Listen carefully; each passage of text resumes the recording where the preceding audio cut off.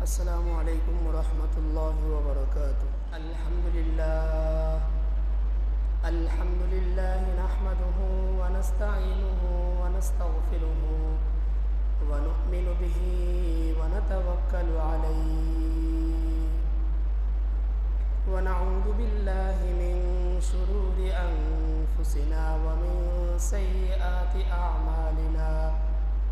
من يهده الله فلا مضل له ومن يضلله فلا هادي له.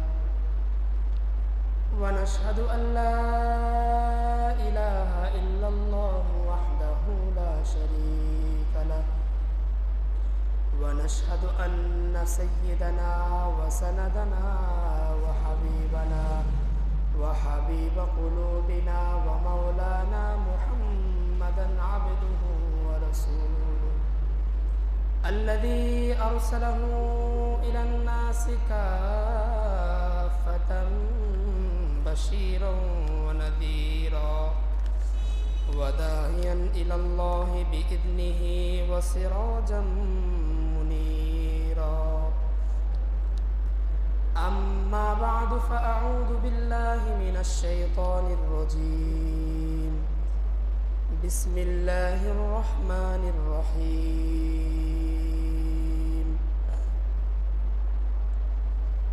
إن أول بيت وضع للناس للذي ببكة مباركا وهدى للعالمين فيه آيات بينات مقام إبراهيم ومن دخله كان آمنا ولله على الناس حج البيت من استطاع إليه سبيلا ومن كفر فإن الله غني عن العالمين. وعن أبي هريرة رضي الله تعالى عنه قال: سمعت النبي صلى الله عليه وسلم يقول: من حج لله فلم يرفث ولم يفسق رجعت كيوم ولد أمه أو كما قال عليه الصلاة والسلام. اللهم صل على محمد وعلى آل محمد كما صليت على إبراهيم وعلى آل إبراهيم إنك حميد مجيد.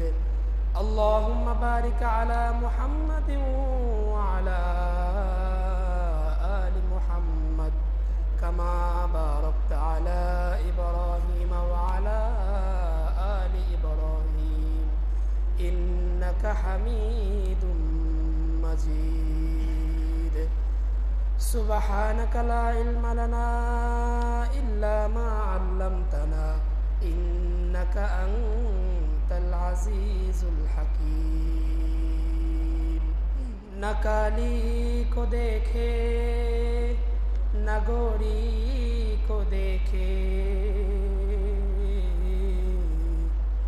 नकाली को देखे नगोरी को देखे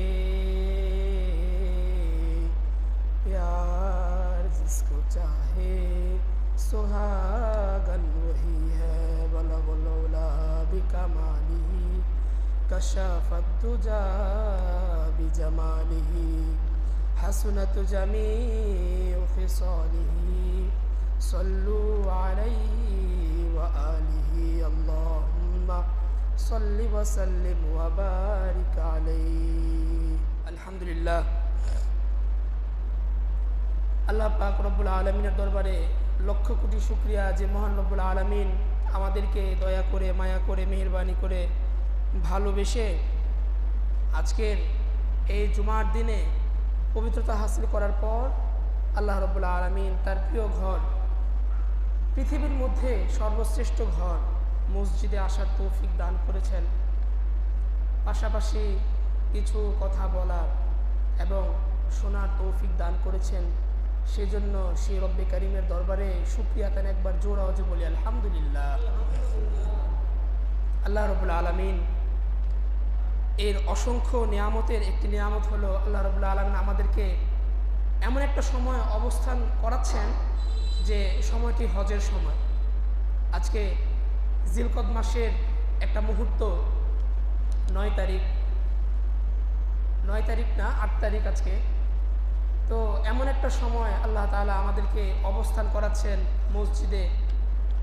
তো এই বিষয়ে জিলকদ মাস সম্বন্ধে গত জুমা যেহেতু প্রথম দিন ছিল, জিলকদ মাসের প্রথম দিন আলোচনা হয়েছিল। জিলকদ মাসের কিছু করণীয় বিষয়, বর্জনীয় বিষয় নিয়ে সামান্য আলোচনা করেছিলাম এবং সংবাদ দিয়েছিলাম যে আগামী সপ্তাহে হজের আলোচনা আপনাদের সামনে উপস্থাপন করব সংক্ষিপ্ত আকারে। তো আল্লাহ রাব্বুল আলামিন যদি তৌফিক দেন, আজকে আপনাদের সামনে কিঞ্চিত পরিমাণ হজ সম্বন্ধে আলোকপাত করার চেষ্টা করব ইনশাআল্লাহ। সম্মানিত উপস্থিতি, খুতবার মধ্যে আমি 2খানা আয়াতে কারিম তেলাওয়াত করেছি এবং রাসূলুল্লাহ সাল্লাল্লাহু আলাইহি ওয়াসাল্লামের মুখনিসৃত হাদিস থেকে একটি হাদিস, বুখারী শরীফের একটি হাদিস আমি তেলাওয়াত করেছি। আল্লাহ তাআলা যদি চান এই আয়াত এবং হাদিসকে সামনে রেখে আজকের আলোচনা আপনাদের সামনে উপস্থাপন করব। সম্মানিত উপস্থিতি, আল্লাহ রাব্বুল আলামিন পবিত্র কালামে পাকের মধ্যে সূরাত আলে ইমরান এর মধ্যে ইরশাদ করেন যে ইন্না আউওয়ালা বাইতি উদিআ লিন-নাস, যে নিঃসন্দেহে নিশ্চয়ই আউওয়ালা বাইতিন সর্বপ্রথম ইবাদতের জন্য সর্বপ্রথম ঘর উদিআ লিন-নাস মানুষের জন্য নির্মাণ করা হয়েছে বিবাক্কাতা মুবারাকা। আর সেই ঘরটি হলো যে মক্কায় অবস্থিত মুবারকপূর্ণ ঘর, ওয়াহুদাল লিল আলামিন। আর এই ঘরটি বিশ্ববাসীর জন্য ওয়াহুদাল লিল আলামিন, হুদান অর্থ হেদায়েত, বিশ্ববাসীর জন্য এটি হেদায়েতের জরিয়া।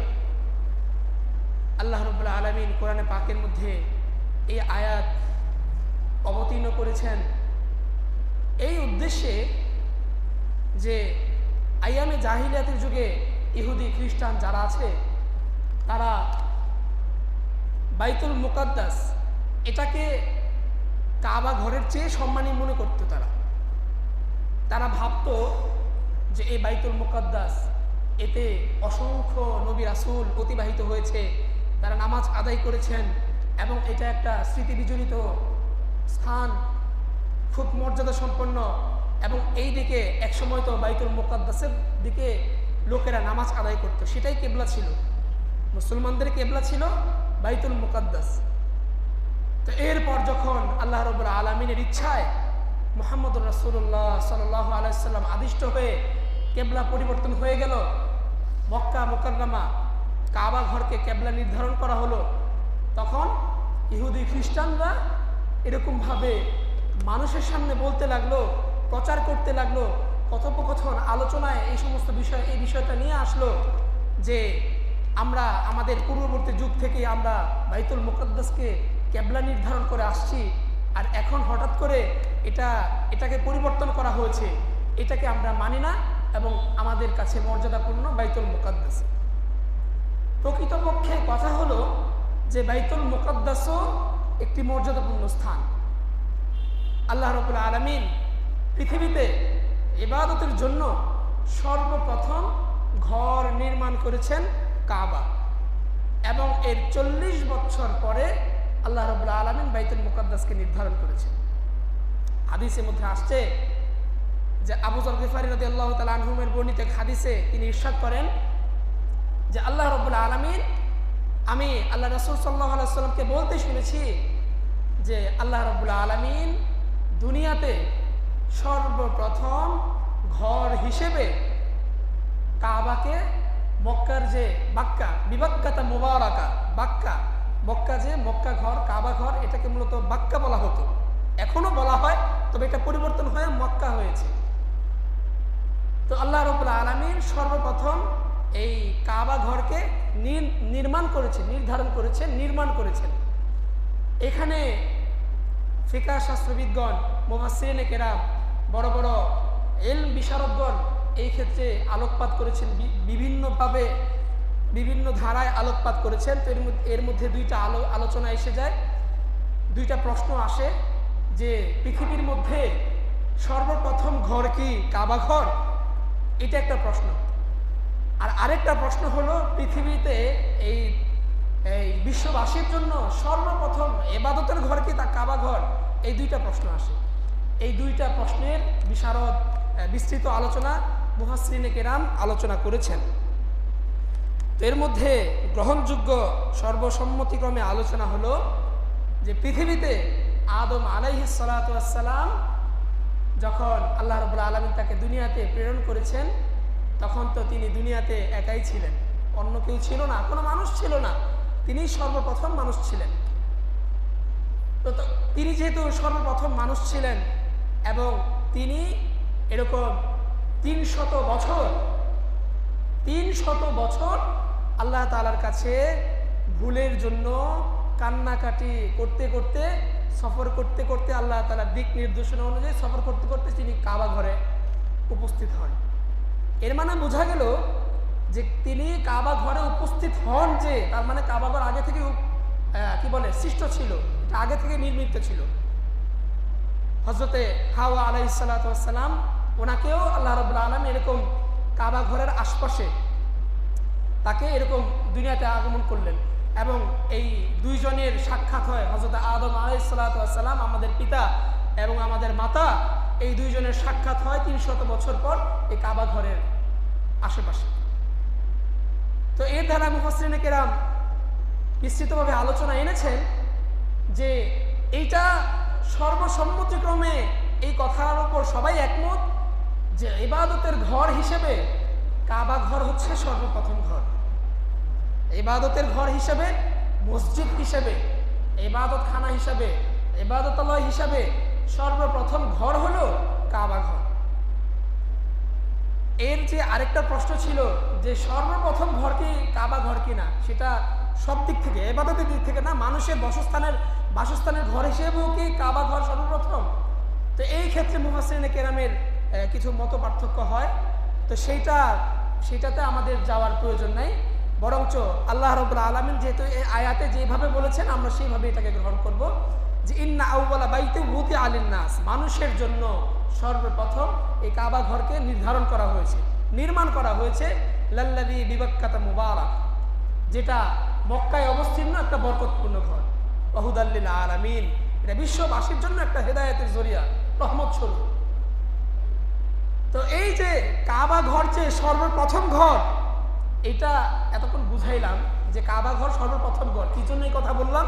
এই জন্য বললাম, ওই যে ইহুদি খ্রিস্টানরা বলতে লাগলো যে না, আমাদের কাছে কাবার চাইতে বাইতুল মুকাদ্দাসের মান বেশি, মর্যাদা বেশি। সেই জন্য এই আলোচনাটা আনা হলো যে কাবা ঘর বাইতুল মুকাদ্দাসের চাইতেও মর্যাদার দিক থেকে উঁচু স্তরে। সে হাদিসের মধ্যে ইরশাদ করেন, আবু যর গিফারী রাদিয়াল্লাহু তাআলা আনহু, তিনি বলেন, আমি নবী রাসূলুল্লাহ সাল্লাল্লাহু আলাইহি ওয়াসাল্লামকে বলতে শুনেছি যে আল্লাহ তাআলা ইবাদতের জন্য সর্বপ্রথম কাবা ঘরকে নির্মাণ করেন এবং এর 40 বছর পর আল্লাহ রাব্বুল আলামিন বাইতুল মুকাদ্দাসকে নির্মাণ করেন। তো এর ধারা, এটা যেহেতু সর্বপ্রথম ঘর, এটা একদিক থেকে ফজিলতপূর্ণ এবং আরেক দিক থেকে ফজিলতপূর্ণ হলো যে এই ঘর, এটাই হলো হযরত আদম আলাইহিস সালাতু ওয়াস সালাম এবং হযরত হাওয়া আলাইহিস সালাতু ওয়াস সালামের সর্বপ্রথমের মিলনের ঘর। দুনিয়াতে দুইজনের যে সাক্ষাৎ হয়েছিল, এই ঘরের সাথেই সাক্ষাৎ হয়েছিল। এরপরের এই একই আয়াতের আল্লাহ রাব্বুল আলামিন বলতেছেন, ফিহি আয়াতুন বাইয়িনাতুন, আর এই ঘরের মধ্যে সুস্পষ্ট নিদর্শন রয়েছে। কি নিদর্শন? মাকাম ইব্রাহিম, যে এতে ইব্রাহিম আলাইহিস সালামের যে একটা মাকাম ছিল, এটা নিয়ে বিস্তৃত আলোচনা করব যে মাকাম ইব্রাহিম কাকে বলে, এটা কি জন্য মর্যাদাপূর্ণ। তো আল্লাহ রাব্বুল আলামিন এই একটা আয়াতের মাধ্যমে মক্কাবাসীকে, ইহুদি খ্রিস্টানদেরকে জানিয়ে দিয়েছেন যে তোমরা যেটা ধারণা করছো যে বাইতুল মুকাদ্দাস কাবার চাইতে সম্মানী, এই ধারণাকে আল্লাহ রাব্বুল আলামিন রদ করার জন্য এই আয়াতের মধ্যে সম্পূর্ণভাবে এটার আলোচনা এনেছেন যে ফিহি আয়াতুন বাইয়িনাতুন মাকাম ইব্রাহিম, এই কাবা ঘর এটা শুধুমাত্র যে সর্বপ্রথম ঘর এই জন্যই সেটা মর্যাদাপূর্ণ, এইটা শুধু কারণ নয়, আরো কারণ হলো ফিহি আয়াতুন বাইয়িনাতুন মাকাম ইব্রাহিম, এই ঘরের মধ্যে মাকাম ইব্রাহিম আলাইহিস সালামের নিদর্শন রয়েছে। এবং কি আরেকটা মর্যাদাপূর্ণ বিষয় কি, এরপরে আল্লাহ তাআলা বলেন যে ওয়ামান দাখালাহু কানা আমিনা। আর তোমরা তো জানোই যে এই ঘরে যে অবস্থান করে সে সমস্ত বিষয় থেকে নিরাপদ। ফিহি আয়াতুন বাইয়িনাতুন মাকাম ইব্রাহিমের পরে আল্লাহ তাআলা জানিয়ে দিচ্ছেন যে এটা তো 2 নম্বর কারণ বললাম যে এটা সম্মানিত জায়গা, ওই বাইতুল মুকাদ্দাসের চাইতেও। আরেকটা কারণ হলো যে এইটাতে তোমরা তো জানোই যে এখানে যে প্রবেশ করে সে নিরাপদ হয়ে যায়, তাকে কখনো হত্যা করা হয় না, তার উপর জুলুম করা হবে না। ওয়ামান দাখালাহু কানা আমিনা একটা প্রসিদ্ধ বিষয় এখনো আছে এবং পূর্বের যুগেও ছিল। মক্কার ইহুদি খ্রিস্টানরা তারা যদিও বিভিন্ন পাপকর্মে লিপ্ত থাকতো, কিন্তু তারা এই কাবা গৃহে এসে কখনোই তারা এরকম কি বলে দুর্নীতির কোনো কাজ, অন্যায় কোনো কাজ করতো না, পাপাচারে লিপ্ত হতো না, ঝগড়া ফাসাদ করতো না। তারা যতই খারাপ কাজ করতো না কেন এটা বাহিরে করতো, এই কাবা ঘরের আশপাশে এগুলো করতো না তারা, কারণ তারা এই দিক থেকে জানতো যে এটা খুব সম্মানিত একটা জায়গা।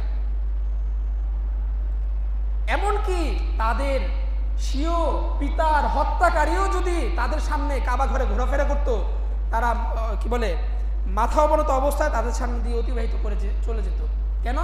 এখানে কিছু বলা যাবে না, তারা এটাকে এত সম্মানিত ভাবত। তো এই জন্য তাদের সেই কথাটাকে আল্লাহ তাআলা কোরআনের মধ্যে উল্লেখ করে তাদেরকে শিখাচ্ছেন, আরে তোমরা কি জানো না যে এটা কি কত সম্মানিত জায়গা, তোমরাই থেকে সম্মান করো। ওয়ামান দাখালাহু কানা আমিনা, তোমাদের মধ্যে কেউ এখানে প্রবেশ করলে সে নিরাপদ হয়ে যায় না, তাহলে এইটাও তো একটা সম্মানের কারণ।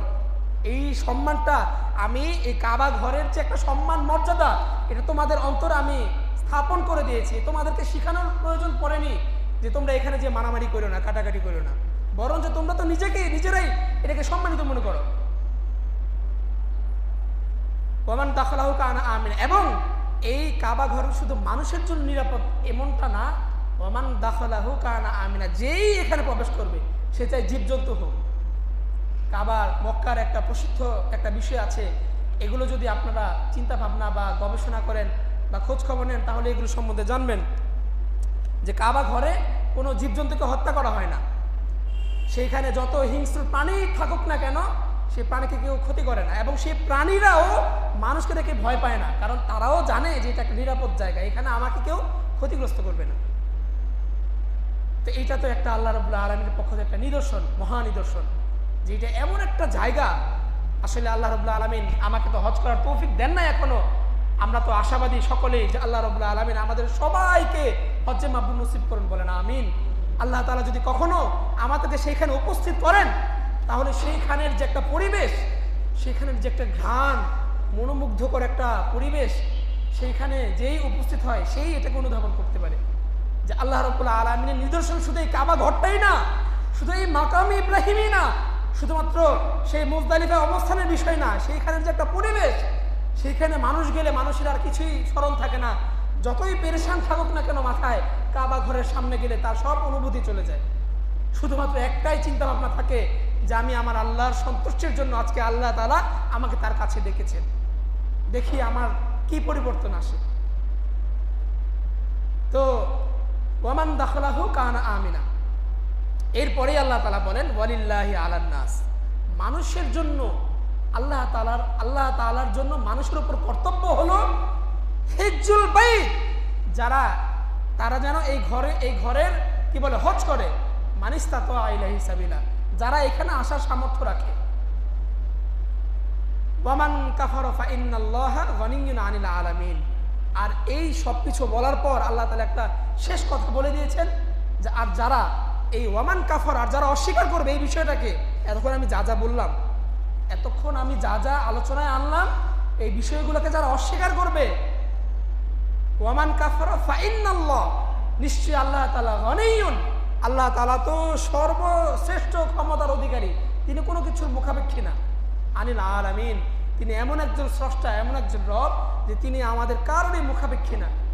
আমি আপনি হজে গেলে আল্লাহর কি উপকার, আমি আপনি হজে গেলে আল্লাহর কি উপকার হবে, আমি আপনি হজে না গেলে আল্লাহর কি কি ক্ষতি হবে। এটাই আল্লাহ তাআলা বুঝাইছেন যে ফাইন্নাল্লাহা গনিয়্যুন আনিল আলামিন। শুনে রাখো, তোমরা যদি এটাকে অস্বীকার করো তাহলে মাথায় রাখো আল্লাহ তোমাদের রব তোমাদের সমস্ত বিষয় থেকে বেনাওয়াজ, তোমাদের থেকে অমুখাপেক্ষী। তো এই বিষয়টা খুব গুরুত্বপূর্ণ বিষয়। হজ যেহেতু বাৎসরিক একটা বিষয়, আর এটা জিন্দগিতে একবারই ফরজ হয়, জিন্দগিতে একবারই ফরজ হয়। এই জন্য রোজার ক্ষেত্রে মাশাআল্লাহ যেহেতু প্রতি বছর সবার জন্য রোজা ফরজ, 30 দিন এটা পালন করতে হয়। এই জন্য এই বিষয়ে মাসআলা মাসাইল এবং এর করণীয় বর্জনীয় বিষয়, আমলীয় সুন্নত সব কিছু আমাদের মোটামুটি জানা আছে।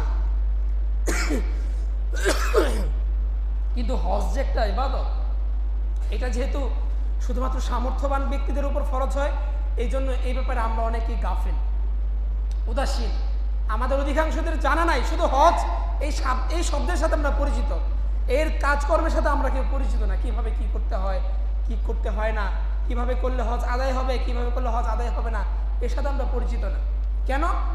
কারণ এইটা এমন একটা ইবাদত যে এইটা আল্লাহ রাব্বুল আলামিন শুধুমাত্র তার বিশেষ বান্দাদেরকেই দিয়ে থাকেন। আল্লাহ রাব্বুল আলামিন, আল্লাহ রাসূল সাল্লাল্লাহু আলাইহি ওয়াসাল্লাম হাদিসে ইরশাদ করেন যে বুনিয়াল ইসলামু আলা খামস, ইসলামের তো মূল ভিত্তি 5টা।